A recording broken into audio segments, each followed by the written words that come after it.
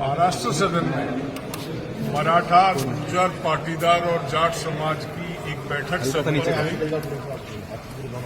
उस बैठक में पिछड़ा वर्ग में इन जातियों को शामिल करने के लिए चर्चा हुई। विस्तार से पूरे देश भर के जो लोग आए हुए थे उन्होंने अपने अपने सुझाव रखे। आम सहमति ये बनी कि एक संयुक्त संघर्ष समिति का गठन किया जाएगा। वो समिति भारत सरकार से ये मांग करेगी 1931 की जनगणना के आधार पे आरक्षण की सीमा निश्चित की जाए। ये 50% पे जो इन्होंने एक कैपिंग कर रखी है वो इनजस्टिस है। जिसकी जितनी संख्या है उसको उतना आरक्षण मिलना चाहिए। उस जनसंख्या के उस जनगणना को आधार मान के ही मंडल का पूरा जो रिपोर्ट तैयार की गई थी, केवल एक बात को छोड़ दिया गया था उसमें। जब 1931 की जनगणना ये कहती है कि ओबीसी, एससी, एसटी की संख्या देश में 80% है तो 50% की सीमा क्यों? इसको 80% से तक किया जाए। जो ओबीसी की जातियां जिनको मिला हुआ है वो उसी में रहें, वो उसके आधार पे, लेकिन इसको 50 से 80 करके ये जो जातियां, जो वंचित जातियां हैं, इसको उसमें जोड़ा जाए, उस संख्या में जोड़ा जाए। इस कार्य के लिए अब कैमरे के सामने समन्वय समिति ने ये तय किया कि सरकार पे हम दबाव बनाएंगे। जिस तरह की भी आवश्यकता होगी पहले सरकार से मिलकर अपनी बात को रखेंगे। सरकार हमारी बात को संज्ञान नहीं लेती है तो जो प्रजातंत्र में जो तरीका है, एक बड़े आंदोलन की तैयारी हम करेंगे। एक बड़ा आंदोलन शुरू करेंगे। पूरे देश में समन्वय समिति एक कार्यक्रम तय करेगी जिसके माध्यम से देश में जागरूकता पैदा की जाएगी। इन 4 जातियों के अलावा भी जो जाति वंचित हैं, बहुत सी जातियां यहाँ पहुंच नहीं पाई हैं, जो वंचित जातियां हैं उनको भी जोड़ा जाएगा इसमें, इस संघर्ष समिति में, और एक इसको विस्तार दिया जाएगा। बड़े आंदोलन का एक रूप तैयार करेंगे। अगर सरकार ध्यान नहीं देती है, सरकार से बेसिक मांग हमारी यही है कि इस 50% की लिमिट को बढ़ा के 80% पे ले जाए। 2024 की लोकसभा इलेक्शन के टिकट की वो संघर्ष समिति जिसका गठन बहुत जल्दी, जिसकी घोषणा हम करने जा रहे हैं, वो जो कार्यनीति तय करेगी, जो फैसला करेगी। क्योंकि मैंने जैसा बताया अभी कई जातियां थोड़ा हम उनसे अप्रोच नहीं कर पाए या वो पहुंच नहीं पाए। कुछों से अप्रोच की थी, वो आ नहीं पाए। कुछ से संपर्क हम नहीं कर पाए। तमाम से संपर्क करके और फिर एक इस तरह की मतलब वो रणनीति बनाएंगे जिसमें सब आम सहमति हो और उसमें कुछ भी हो सकता है। तो मतलब हमारा किसी पॉलिटिकल पार्टी से ना झगड़ा है ना प्रेम है।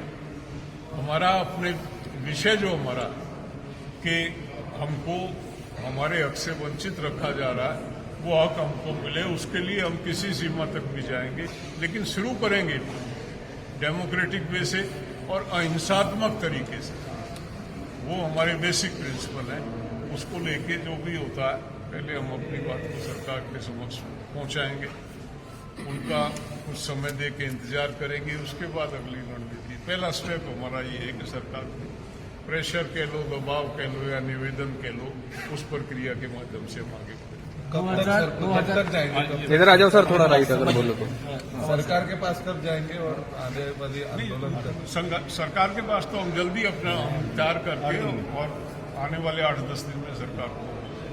मौजूदा सरकार है वो केवल लड़ाने का काम कर रही है। अगर जाट, गुर्जर, पाटीदार और मराठा अगर ओबीसी की आरक्षण में डाले जाएं तो हम इसका स्वागत करते हैं, क्योंकि उनकी जितनी संख्या है उस संख्या को इसमें शामिल किया जाए और संख्या को बढ़ा करके उतना दिया जाए। क्योंकि ओबीसी का कहीं भी किसी भी स्तर पे आरक्षण जो है, पहली बात तो उनको 52 मिलना चाहिए था 1931 की जनगणना के मुताबिक, उनको 52 नहीं मिला। ओबीसी को हमें केवल 27% दिया गया, वो भी टुकड़ों में दिया गया। हम ये मांग करते हैं कि या तो 1931 की जनगणना के मुताबिक दिया जाए या इसमें अभी ये जो 4-5 जातियां हैं इनको शामिल करके जितनी संख्या बनती है उतना बढ़ाया जाए, और पहले से जो ओबीसी की जातियां उनका ऐसे ही बरकरार रहना चाहिए, क्योंकि पहले ही उनको कम मिला है। अब इन जातियों को उसमें शामिल करके जितनी इनकी संख्या उसको जोड़ते हुए इस आरक्षण को बढ़ाया जाए। अच्छा, इस मीटिंग के माध्यम से क्या असर होगा देश के राजनीतिक इस मीटिंग से बहुत बड़ा बदलाव देश में आएगा।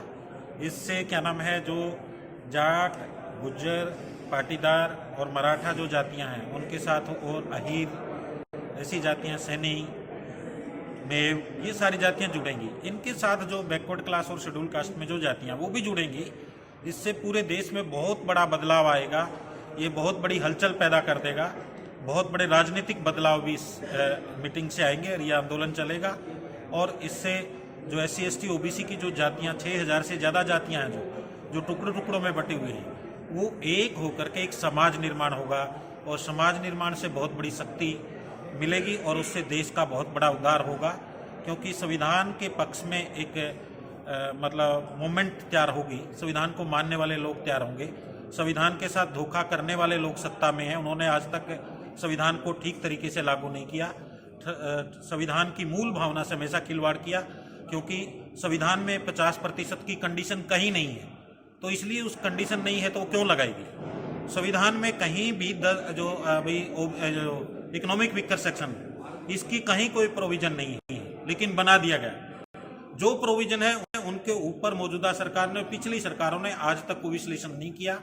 तो वो सरकारें भी मजबूर होगी, वो लोग भी इस बैठक से मजबूर होंगे। देखो, चर्चा हुई कि इसकी एक समन्वय समिति बनाएंगे, और जो खेत में काम करने वाले लोग हैं खास करके, इससे खेती किसानी आंदोलन को भी लाभ मिलेगा। ये मजबूत जातियाँ हैं, वो चाहे मजदूर हैं, किसान हैं, जो भी गांव में रहते हैं, तो ये इकट्ठा होंगे तो लाभ मिलेगा उसको। सरकार से किसान आंदोलन की बात भी होगी, आरक्षण वाली बात भी अब अपने तरीके से सारी जाति करेगी। इनकी जो समन्वय समिति है वो बात करेगी। और खासकर इसमें जो समुदाय के जातिगत लोग हैं वो खेती करने वाले हैं। खेती की परेशानी बहुत बड़ी है, और खेती की परेशानी ही रिजर्वेशन तक इसीलिए रिजर्वेशन मांग रहे। भाई खेती में लाभ नहीं हो रहा तो नौकरी में लाभ मिल जाए,